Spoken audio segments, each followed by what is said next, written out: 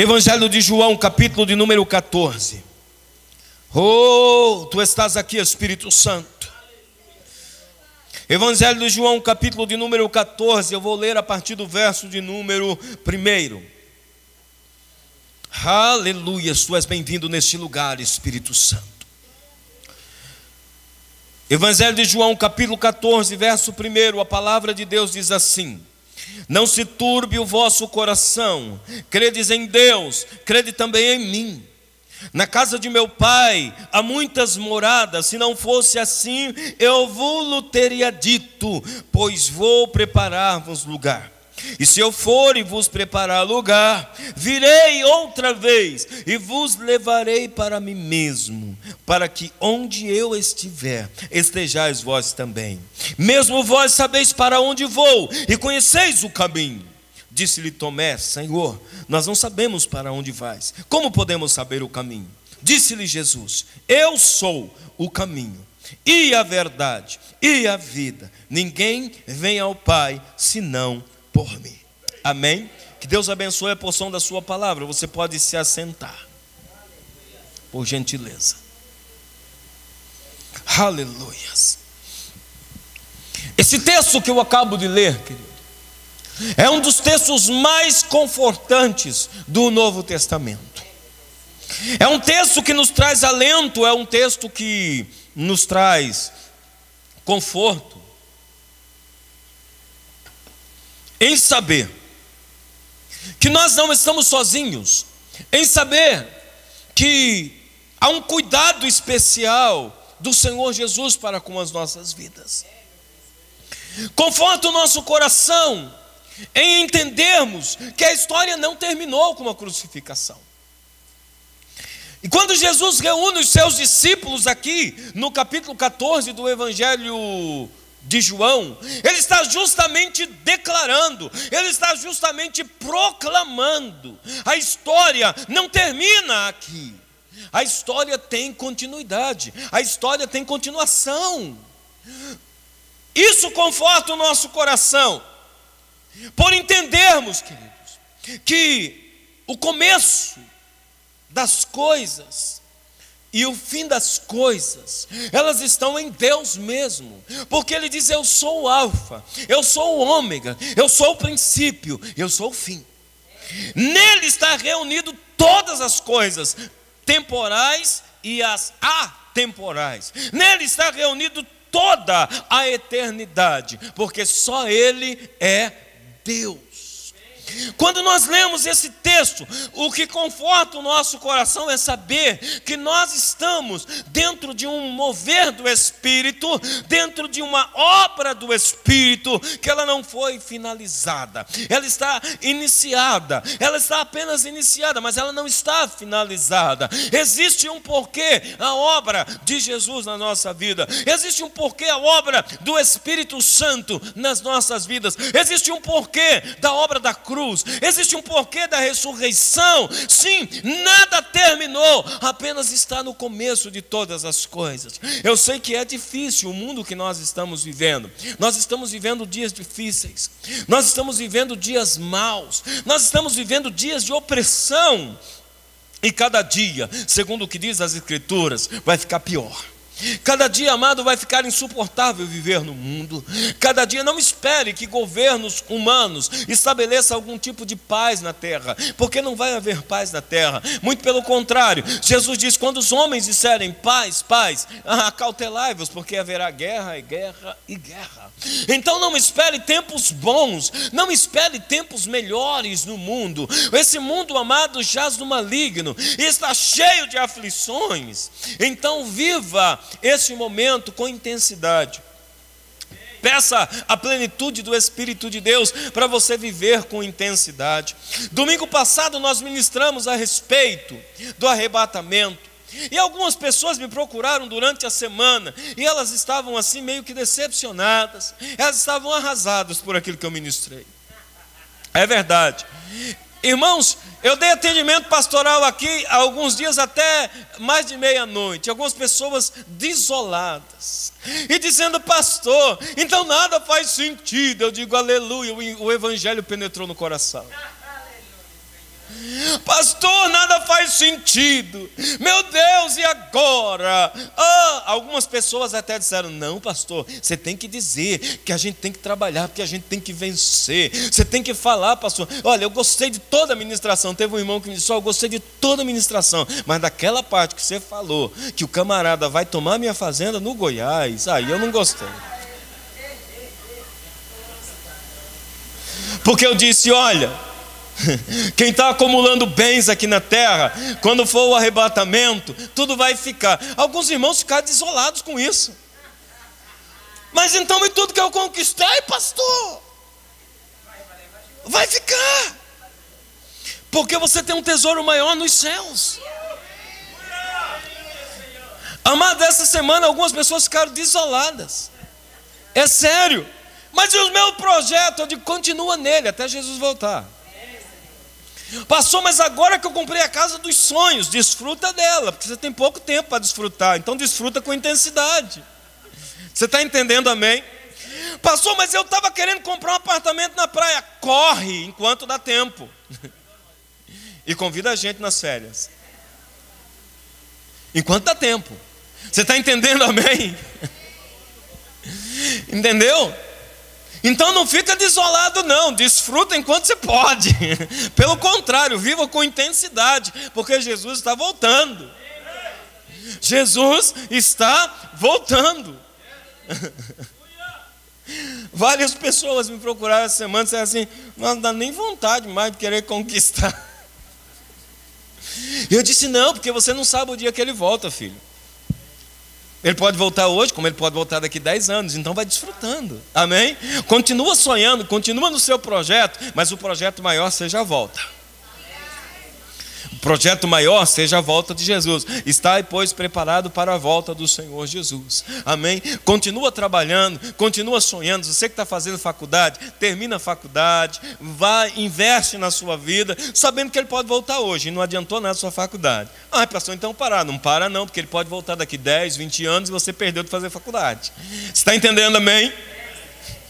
Você sabe que teve aqui na América, em 1945, teve um homem chamado Guilherme Miller, que ele marcou a volta de Jesus 3 vezes. E os americanos venderam as casas, venderam as fazendas e foram para o monte esperar a volta de Jesus. É lógico, né? Jesus não voltou, é óbvio que nós estamos aqui, né? E Jesus não voltou. Irmão, na terceira visão ele quase que tomou uma surra, ele quase foi linchado, né? Aí ele formou a igreja adventista, a igreja do advento. Ele está vindo. É isso que significa adventista, advento, né? Ele está vindo. Espera aí, ele está vindo. Ele está vindo. E o irmão Guilherme Miller foi encontrar com o Senhor e ele não voltou até lá, né? Então eu não estou mandando você vender nada, estou mandando você parar de trabalhar nada. Trabalha muito e desfruta do que você puder, porque a volta de Jesus está próxima. E se ele voltar hoje, já ficou tudo. Amém? Uma das coisas mais confortantes na Bíblia é saber que Jesus voltará. Num dos momentos mais íntimos da comunhão de Jesus com os discípulos, ele chama, mas presta atenção, prioriza o reino, tá? Eu estou falando para você desfrutar de tudo que você possui, mas a prioridade é o reino, tá? Continua sendo o reino, tá? Não vai fazer que nem Jesus disse: quando eu vier, Jesus diz assim lá em Mateus 25, né? Quando eu vier, eu vou achar alguns igual no tempo de Noé, uns casando, outros se dando em casamento, outros viajando, desfrutando do seu bem, e aí eu vou pegar todo mundo desapercebido. Não sejam como aquela geração. Então, prioridade, o reino. Desfruta do que você puder, mas com o coração no reino. Amém? Com o coração no reino. Num dos momentos mais íntimos do relacionamento de Jesus com os seus discípulos, ele os chama à parte e ele diz: olha, vocês perceberam que eu vou para o Pai. Porque o que estava acontecendo aqui era que os discípulos haviam percebido o plano da crucificação. Os discípulos haviam compreendido que Jesus ia morrer. E eles estavam, amados, num momento de conturbação muito grande. Eles estavam muito angustiados com a ideia da partida de Cristo. Eles estavam muito angustiados com o investimento ministerial que eles haviam feito. E agora Jesus está voltando. É como que se toda aquela alegria fosse acabar. É como que se toda aquela ideia do evangelho finalizasse ali. Eles estavam muito angustiados, porque parecia que a vida deles não teria sentido depois da partida de Jesus. E no momento de comunhão íntima, Jesus chama os seus discípulos e começa a dizer para eles: há uma finalidade, há um porquê eu estou aqui. Eu estou aqui para salvar os homens, eu estou aqui para estabelecer a vontade do Pai. Mas presta atenção, eu vou para o Pai, mas eu volto. Eu vou para o Pai, mas eu volto. Eu vou para o Pai, mas eu não vos deixarei órfãos. Jesus olha nos olhos dos seus discípulos e diz: olhem, escutem aqui, vivam uma vida preparada, porque a qualquer momento eu virei e vos levarei para mim mesmo. Eu quero que você entenda que o que Jesus está dizendo aqui para os seus discípulos é: vocês são meus, vocês são propriedade exclusiva minha, vocês pertencem a mim. E eu quero que você tenha esse mesmo sentimento nesta manhã. Não faça projetos egoístas, não façam projetos separados da cruz. Todo o teu projeto tem que estar link com a cruz. Todo o teu projeto tem que estar ligado à cruz de Cristo. Todo o projeto da sua existência, Jesus está dizendo para eles não perderem a visão. Porque o que está acontecendo é que em muitos casos, muitos discípulos de Jesus estão perdendo a visão.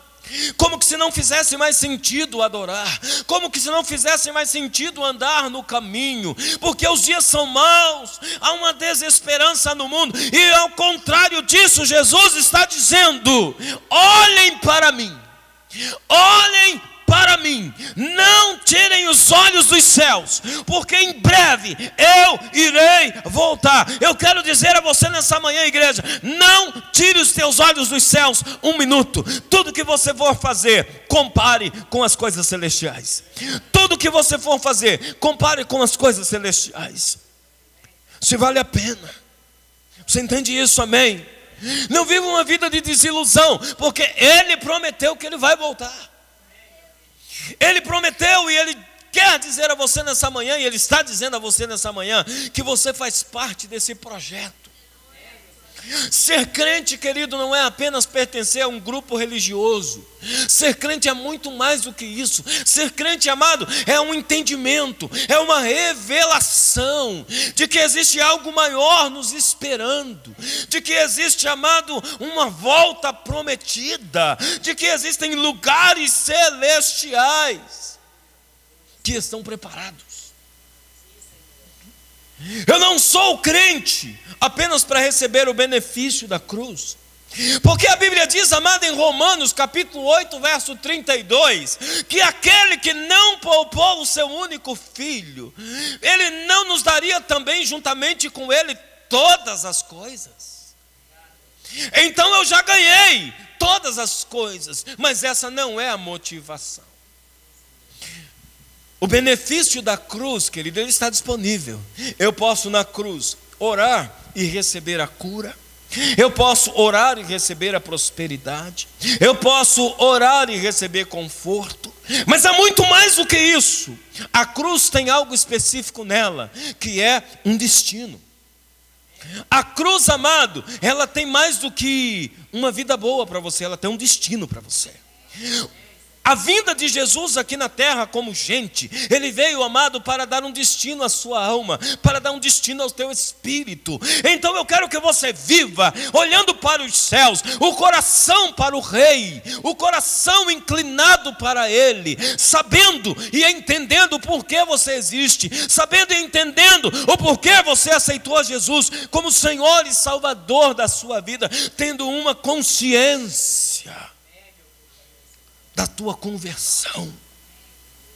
Eu quero que nessa manhã você faça uma avaliação a respeito da tua conversão. Essa manhã eu quero trazer a você uma avaliação da sua conversão, o porquê você é convertido. Por que você aceitou a Jesus? Como você tem vivido os teus dias? Aonde está o teu coração? Porque aonde estiver o teu coração, revela ali o teu tesouro. Então, amado, aonde está a tua motivação de servir a Deus? Quando eu coloco a minha motivação em pessoas, eu chego a ficar decepcionado, como os discípulos estavam decepcionados. Os discípulos olham um para os outros e dizem: o que será da nossa vida? Porque ele está dizendo que irá voltar para o Pai. E parece que esses 3 anos e meio que está agora, esses 3 anos que está se afunilando no final do ministério de Jesus, agora revela a sua partida. E parece que não há mais esperança, porque aquele auê revolucionário que alguns estavam pensando, Jesus não é um revolucionário, tá, querido? A obra da igreja também não é uma obra revolucionária no sentido social. A obra, amado, ela é espiritual.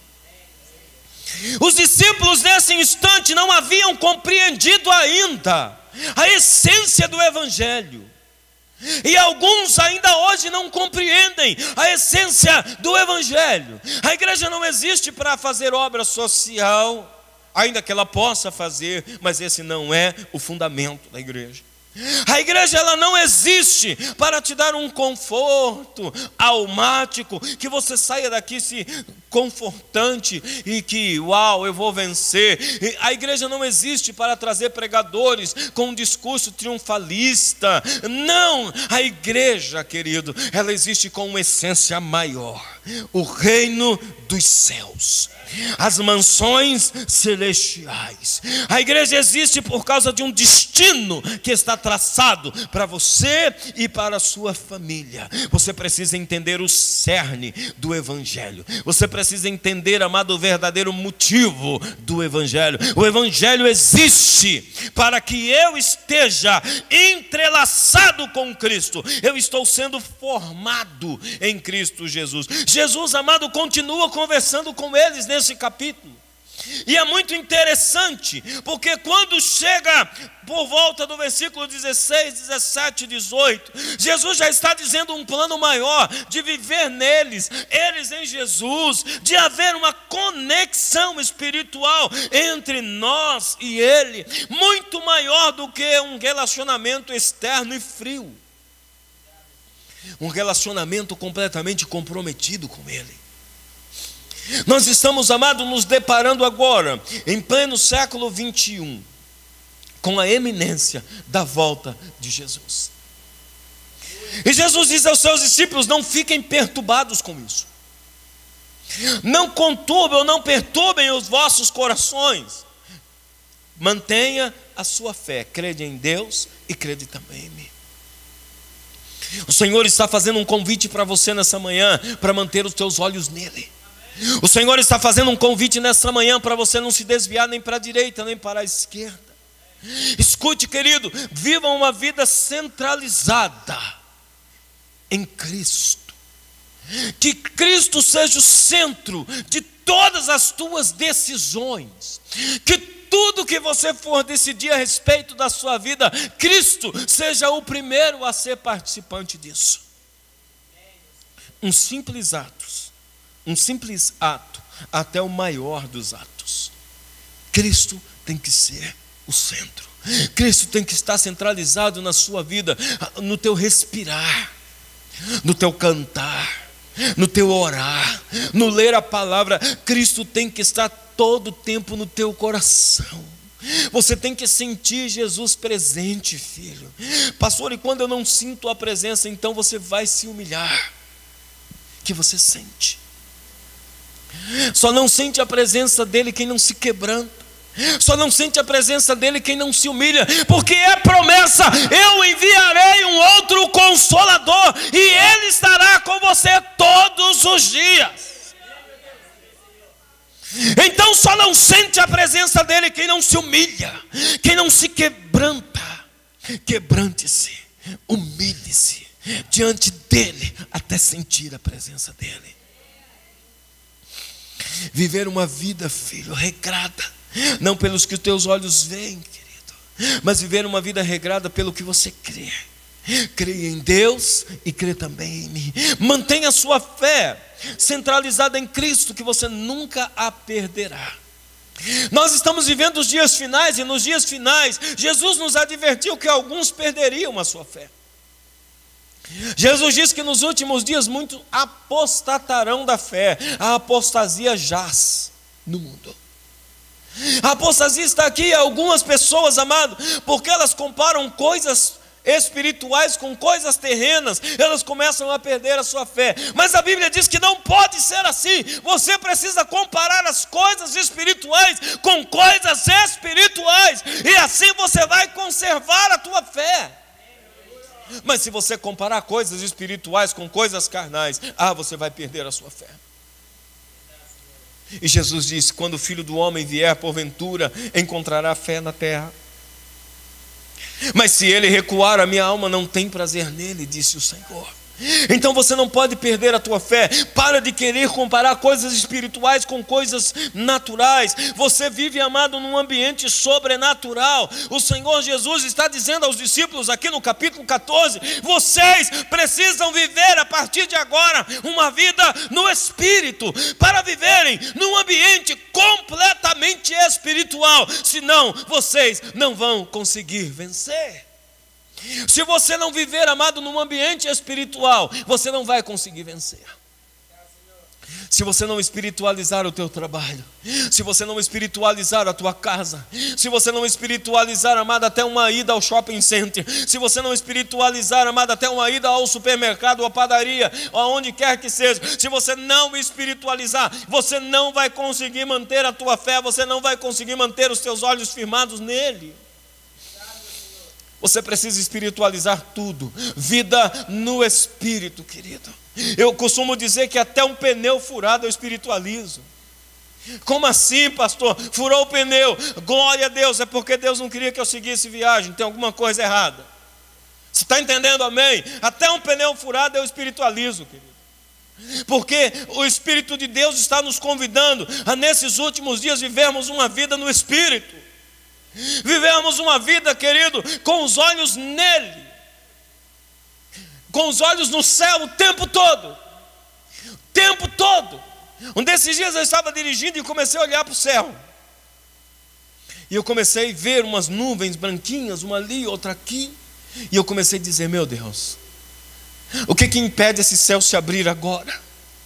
Meu Deus, o que impede eu tocar a trombeta e o Senhor voltar? Nada impede. Nada impede que o Senhor volte hoje. Os meus olhos estão no céu. E começou a me dar um temor. E eu digo: pode ser agora, e pode ser de verdade. Eu comecei a sentir, eu digo: uau, parece que vai acontecer agora. Eu comecei a sentir um negócio.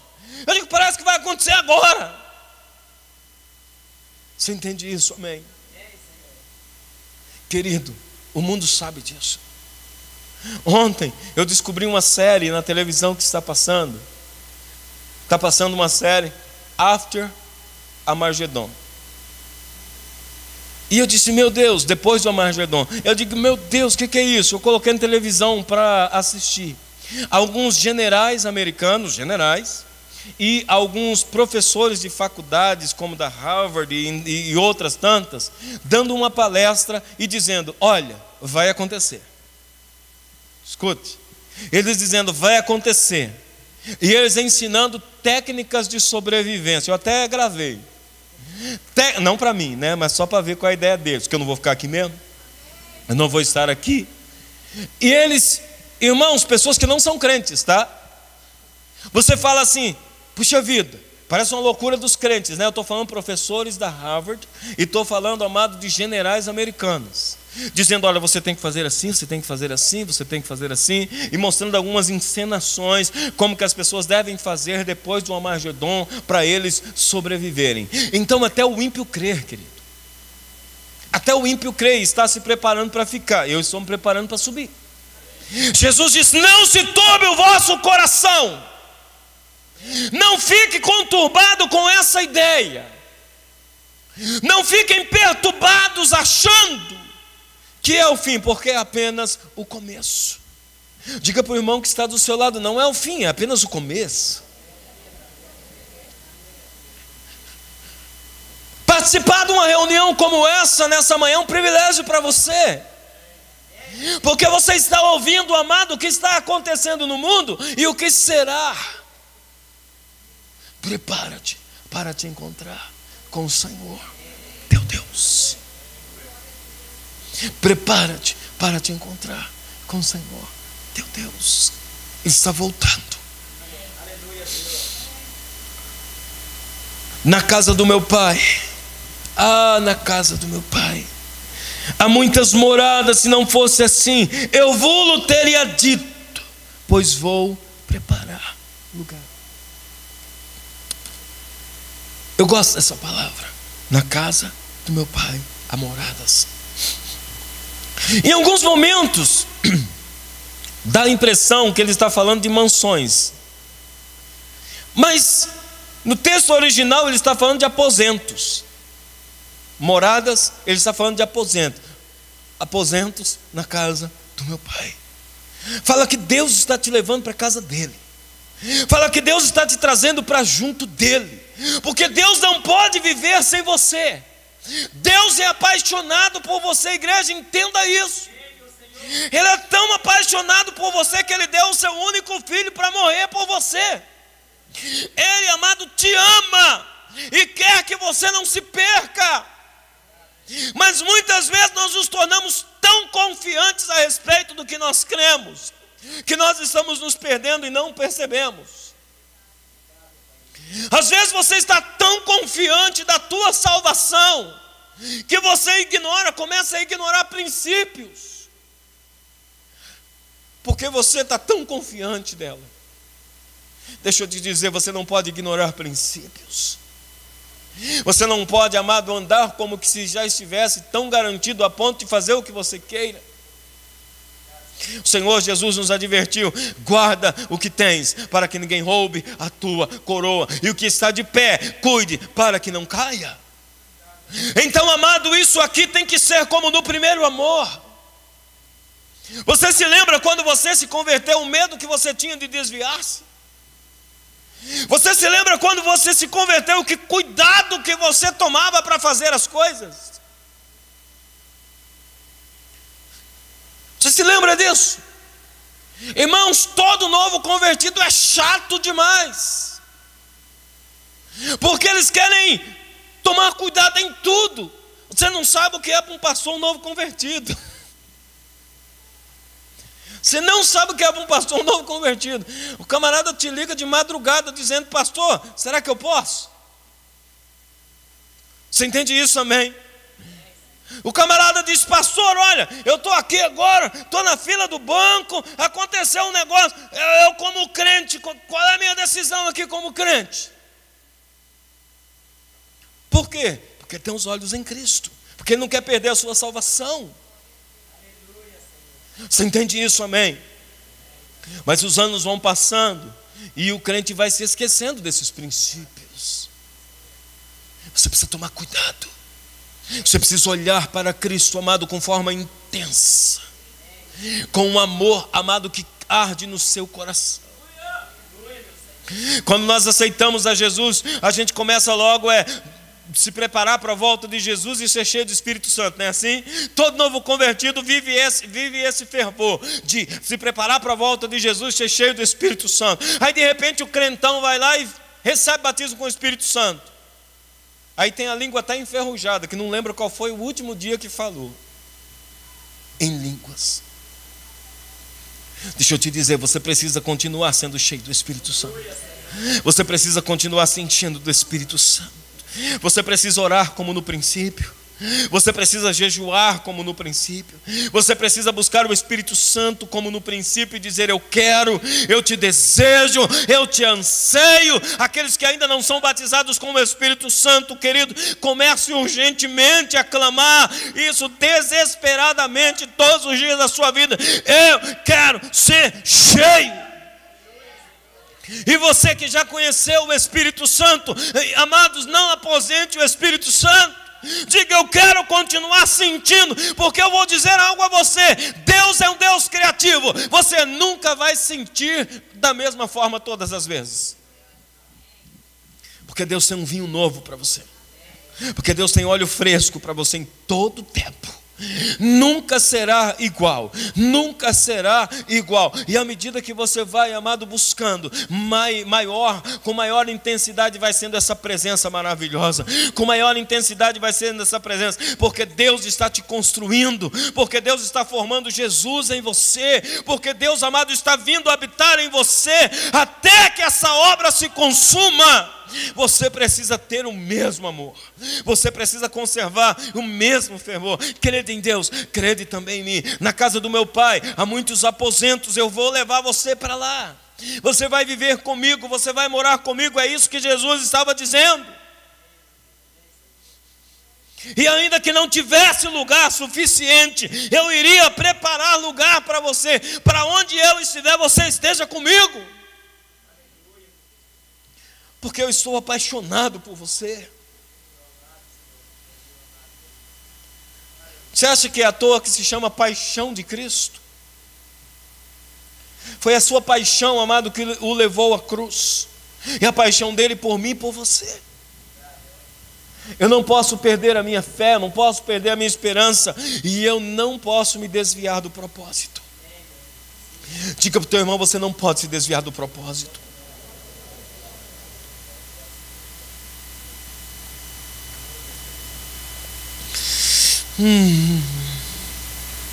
Você não pode se desviar do propósito. Eu preciso continuar crendo que o céu é real. Eu preciso continuar crendo o verdadeiro sentido do Evangelho é o céu. Eu preciso continuar crendo, querido, que o verdadeiro sentido do Evangelho é o céu. Para alguns isso vai parecer fora de moda, para alguns isso vai parecer até brega. Como em pleno século 21 esse povo ainda acredita nisso. Querido, eu vou continuar crendo até a volta, porque o que fez a promessa é fiel para cumprir. Jesus não iria me prometer uma coisa que ele não faria. E essa promessa não se cumpriu ainda. Há uma promessa em aberto aqui. E a qualquer momento, querido, ele pode. A qualquer momento ele pode cumprir a sua promessa, porque ele disse: eu irei para o Pai, mas eu voltarei para buscar vocês. Eu irei para o Pai, mas eu voltarei para buscar vocês, para que onde eu estiver, vocês estejam também. Você entende que amor é esse? Que olha para nós todos os dias e que nos anima com o seu Espírito a prosseguirmos, que todos os dias olha para nós e diz: continua meu servo, continua minha serva, não perca a visão, não se desvie do propósito, continue olhando para os céus, porque em breve eu virei. O perdão dos nossos pecados, querido, não é apenas para alívio de consciência, pelo amor de Deus. Há muitas pessoas que vêm para a igreja porque estão com a consciência pesada dos seus erros, e aí elas pedem perdão, e elas recebem o refrigério para a sua alma, mas é muito mais do que isso. Não é apenas para receber um refrigério, é para que haja uma reconciliação. E a Bíblia diz que essa reconciliação, ela só foi capaz através da cruz, ela só foi possível através da cruz. Efésios capítulo 2, verso 16 diz que Jesus, pela cruz, nos reconciliou com Deus. O Evangelho, querido, é muito mais do que uma reunião de domingo de manhã. O Evangelho é muito mais do que um rótulo: eu sou crente. O Evangelho, amado, é muito mais do que participar de uma entidade. O Evangelho, amado, é a verdade de Deus, é o caminho de Deus e é a vida de Deus. Jesus Cristo nos oferece, é através dessa reconciliação, Ele recupera através da cruz a intimidade. Ele recupera através da cruz a comunhão com o Pai. Você não pode viver uma vida desconectada do Pai. Há muitos crentes desconectados. Há muitos crentes, amado, que não conseguem se conectar com o Pai, sendo que a obra da cruz é uma obra de reconciliação, recuperar a íntima comunhão. Porque a Bíblia nos diz em Romanos 6:23 que nós somos separados da comunhão por causa do nosso pecado. Isso tem que importar muito para você. Isso tem que importar muito para você. Como você viveu essa última semana? O que você viveu dos céus? O que você experimentou dos céus nessa última semana? Como foi a sua vida? Ou você esteve tão preocupado com os seus projetos que você nem sentiu a presença do Espírito Santo? Quanto que você orou essa semana? Quanto que você leu a palavra essa semana? Quanto que você ministrou adoração, verdadeira adoração? Porque existe falsa adoração. Qual é a falsa adoração? Aquela do piloto automático, sabe como? Aquela que você coloca um louvor lá e põe o cantor para cantar por você. Que tem gente que põe o CD lá e diz assim: adora por mim aí, ô Fernandinho. Verdadeira adoração é aquela que brota do seu coração. E nesses últimos dias, como é que está a tua conexão com o Pai? Eu disse a você que você iria fazer uma avaliação nessa manhã. Como é que está a tua conexão com o Pai? Jesus chama os seus discípulos e Ele diz para eles: eu quero vocês perto, eu quero vocês por perto, eu quero vocês próximos. E Ele revela aqui nesse capítulo o desejo do coração do Pai, dessa proximidade. Deus amado não quer criar você apenas para o mundo. Deus quer você perto, cada vez mais próximo, cada vez, amado, com inteligência a respeito de quem é o Pai. A Bíblia fala a respeito de um culto racional, de um culto, querido, onde você entende porque você está fazendo esse culto, de um culto porque você entende porque você está no banco dessa igreja, de um culto que você entende porque você está erguendo as tuas mãos, de um culto que você entende o porquê você está dando glória a Deus. Um culto racional. Filhos conectados com a presença, filhos conectados com a glória. Há pessoas que ficam esperando, amado, uma explosão aqui do altar, né? O pastor plantar bananeira, virar piruleta, para eu começar a entrar no clímax. Não é isso. Você precisa estar conectado o tempo todo, que Ele cresça e que eu diminua, que eu me constranja com a sua presença, com o seu poder, com a sua glória, que eu realmente, amado, esteja interessado pela manifestação dessa glória, por essa conexão de intimidade com Ele, face a face, face a face. Você entende isso, amém? Uma conexão com o Criador, uma conexão com a glória de Deus, que Ele cresça, que eu diminua, que Ele apareça, eu me constranja com a sua glória e com o seu amor, infinita humildade, servo de todos os irmãos, que Ele cresça, que eu diminua, que Ele apareça, eu me constranja com a sua glória e com o seu amor, infinita humildade, servo de todos os irmãos. E aí eu continuo glorificando a Ele. A intenção aqui, amado, não é que eu apareça, a intenção não é que você apareça, a intenção é que Ele apareça na sua vida, que Ele apareça na sua vida. É o que Jesus continua dizendo nesse capítulo 14: vivam uma vida em tal intimidade que o Pai e eu esteja no Pai, que o Pai estejam em vocês, vocês em mim, e a glória se manifeste, de tal maneira que a glória se manifeste. Mas eu não consigo por mim só, é verdade. Eu só consigo se for através do Espírito Santo. Eu só consigo viver essa vida de relacionamento através do Espírito Santo. Mesmo vós sabeis para onde vou, e conheceis o caminho. Tomé disse assim: Senhor, nós não sabemos para onde vais, e como podemos saber o caminho? Então Jesus disse: eu sou o caminho e a verdade e a vida. Ninguém vem ao Pai senão por mim. Eu sou, disse Jesus, o caminho e a verdade e a vida. É possível que alguém esteja no caminho, mas não esteja na verdade. É possível que alguém até esteja no caminho e conhecendo a verdade, mas ainda não recebeu a vida. São 3 pilares necessários para você manter uma conexão com o Criador: estar no caminho, viver a verdade e ter vida com intensidade. Eu sou o caminho, eu sou a verdade, eu sou a vida. Ninguém vem ao Pai se não for por mim. O caminho não é uma denominação. O caminho não é uma religião.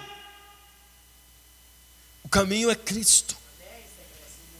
Por isso que eu estou dizendo: viva uma vida centralizada em Cristo. O Evangelho é simples. O Evangelho é simples.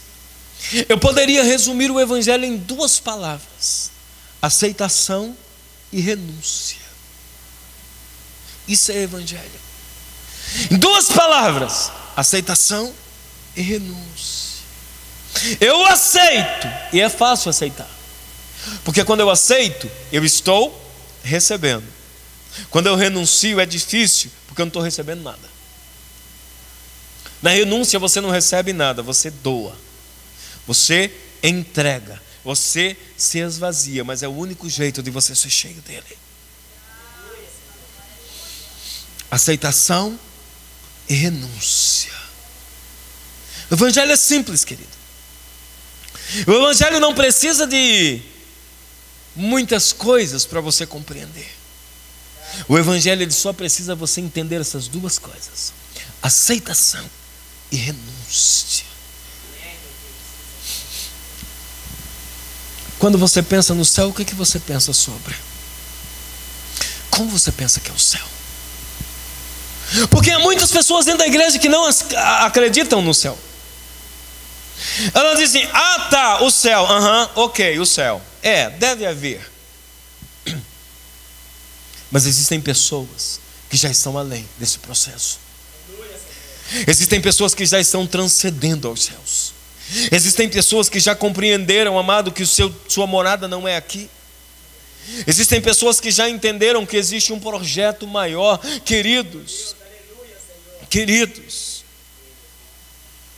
eu me lembro de um tempo que quando nós ministrávamos louvores na igreja, nós só cantávamos a respeito do céu. Céu, lindo céu, céu, lindo céu, as mansões celestiais, todas feitas por Deus. Não é assim? Céu, lindo céu, céu, lindo céu, eu vou para o céu, lindo céu com Cristo, eu vou morar no lindo céu. E a gente sentia isso quando cantava. Era isso que promovia a glória de Deus na igreja. Os irmãos eram batizados com o Espírito Santo cantando isso. Hoje em dia, para eles serem batizados com o Espírito Santo, você tem que fazer vigília, jejum, um cântico de estou apaixonado, eu estou apaixonado. E o cara canta da boca para fora, não está apaixonado nada. E você diz: meu Deus, o que eu faço para esse camarada ser batizado com o Espírito Santo? Meu Deus, quebra essa geleira. Porque eles perderam a visão dos céus. Não perca a visão.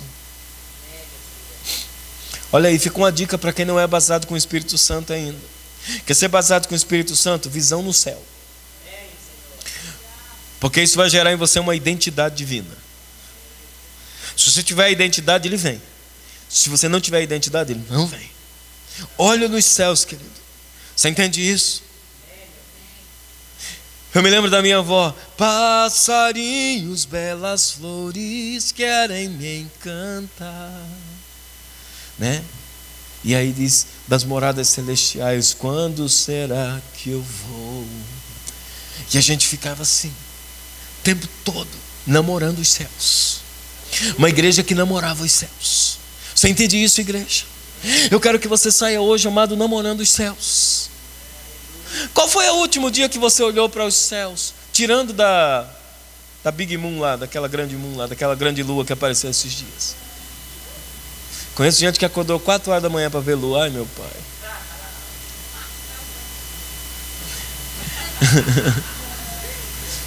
Olhe para os céus, querido. As moradas do Deus Altíssimo. As moradas do Deus Altíssimo, querido. Namore os céus. Namore os céus. Você entende isso, amém? Tem gente, amado, que está tão grudada aqui na terra que não levanta mais nem os olhos para os céus. Eu tive um pastor na minha vida, homem de Deus, já foi para a glória. Eu louvo a Deus pela vida daquele homem. Um dia nós estávamos assentados na porta da igreja esperando um caminhão que ia passar para levar nós para fazer missões. Nós fazíamos missão em cima do caminhão, do pau de arara. Não era no conforto de avião que nem a gente faz hoje, não. No pau de arara. Meu Deus, quando a gente voltava era um frio em cima daquele caminhão. Tem que se segurar para não voar de cima do caminhão. Tinha um irmão doido que dirigia, que quando era ele, misericórdia, a gente amarrava até com corda em cima do caminhão. Quando era o irmão que encostava aquele caminhão, ele encostava cantando pneu. Dizia: ixi, missão hoje vai requerer oração. E uma vez eu me lembro de estar sentado na porta da igreja com meu violãozinho. Eu tinha 12 anos de idade. Meu violãozinho debaixo do braço, um tonante feio que só, que meu pai me deu de presente. Era o que o dinheiro dava para comprar. Pastor Luiz olhou para mim e disse assim: você olha para o céu? Eu disse: como assim, pastor? Ele disse assim: você olha para o céu de vez em quando? Eu disse: eu não. Ele disse: então aprende uma coisa. Nunca se esqueça na sua vida de tirar um tempo para ficar olhando, só olhando para o céu. Isso vai te desligar da terra. Aleluia, Senhor. E ali na frente da igreja, pastor Luiz era uma graça. Velhinho de cabelo branco. Toca esse negócio aí. Vai tocando alguma coisa aí enquanto eu vou falar. Ia começar a dedilhar. Tocava ruim pra caramba, mas era o único que tinha, então servia. Ele olhando para o céu e dizendo: observa. Foi aí onde eu aprendi a ter esse temor. Olha lá, mas olha mais profundo. O mais profundo que você conseguir olhar. Olha mais. Mais. E eu dizia: ah, pastor, não dá para olhar tanto assim não. Eu dizia: olha. Eu estava bem compenetrado ali no que ele estava dizendo. Ele dizia assim: pode se rasgar agora. Aleluia, Senhor. E olhava assim para minha cara: pode se rasgar agora. Que dava um temor no meu coração que dá até hoje. Ele implantou isso em mim. Quando eu chegar no céu nós vamos ter uma conversa. Mas vai ser uma conversa boa. Aleluia, Senhor. Quando você, amado, começa a olhar para o céu, você vai se desconectar da terra. Só quando você... Aleluia, deixa eu te perguntar: qual foi a última vez que você parou, deitou e ficou olhando para os céus? Amém. Isso revela, filho, o quanto você está conectado com Ele ou com aquele. E essa terra, querido, tem uma tal de uma gravidade que puxa a gente para baixo o tempo todo. Eu gasto tempo admirando coisas na internet. Eu gasto tempo admirando a televisão. Eu gasto tempo olhando os carrões, as casonas, os trabalhos que eu cobiço. E para o céu, que tempo que você tem reservado? Deixa eu te aconselhar, filho. Uma bela dessas noites aí, desliga a tua televisão, pega a tua Bíblia, vai lá no teu quintal. Não é possível que não tenha uma brechinha na tua casa que dê para olhar para o céu. Sozinho ou sozinha, vai lá no teu quintal, põe uma cadeira, começa a olhar para o céu e começa a falar com Ele. eu duvido que você não vai sentir a presença de Deus. Duvido. Isso se você não tiver visões, tá? Isso se você não começar a ter visões. Ei, o que eu estou vendo aqui? Ei, que isso, Deus? Oh my God! Aleluia! Oh glória! Você entende isso, amém? Eu vim te dizer nessa manhã, o teu lugar não é aqui. O teu lugar é os céus.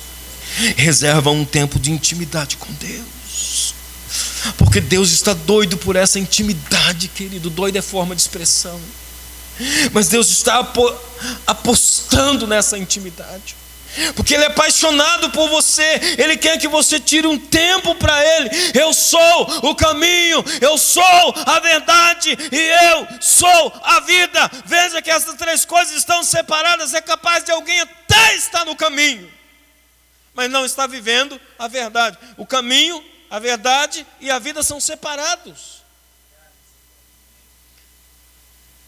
Há uma vírgula aí. Eu sou o caminho, não um caminho. Não existe outro. E a vida. E a verdade. Separado desses três pilares, você não vai entrar nos céus. Mas eu profetizo que nessa manhã, igreja, eu profetizo que nessa manhã você vai sair deste lugar consciente disso. Você vai, amado, se reconectar com o teu Criador, em o nome do Senhor Jesus. Eu poderia nessa manhã, amado, fazer um sermão para você, cheio de sabedoria, cheio de conhecimento teológico, e você sair daqui dizendo: uau, o pastor falou algo que eu não sabia. Não vai adiantar nada se você estiver desconectado.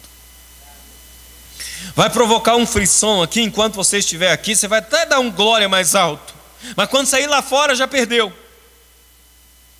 Mas se os teus olhos estiverem fixos nele, se os teus olhos estiverem fixos nele, essa promessa, amada, ela vai ser latente no teu coração. Em breve Ele voltará e Ele me levará para que aonde Ele esteja, eu também esteja com Ele.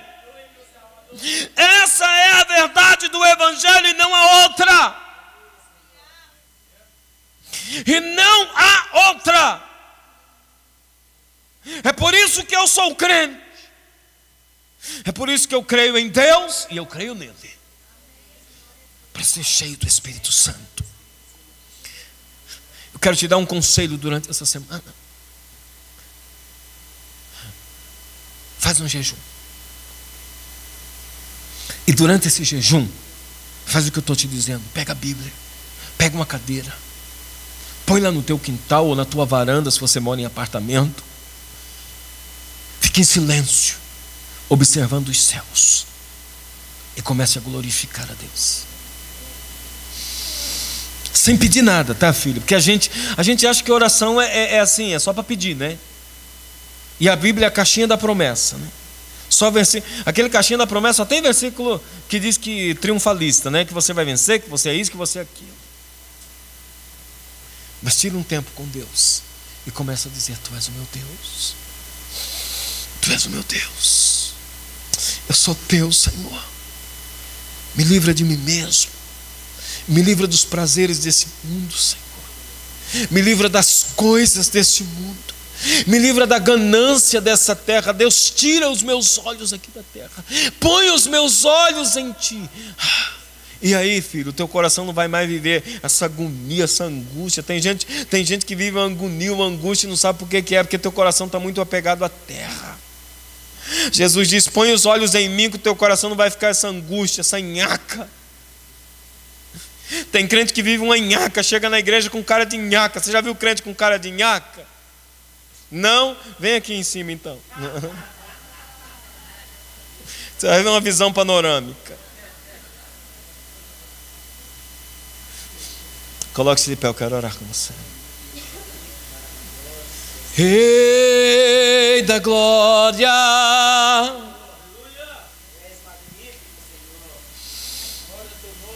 oh, Tu és o Rei,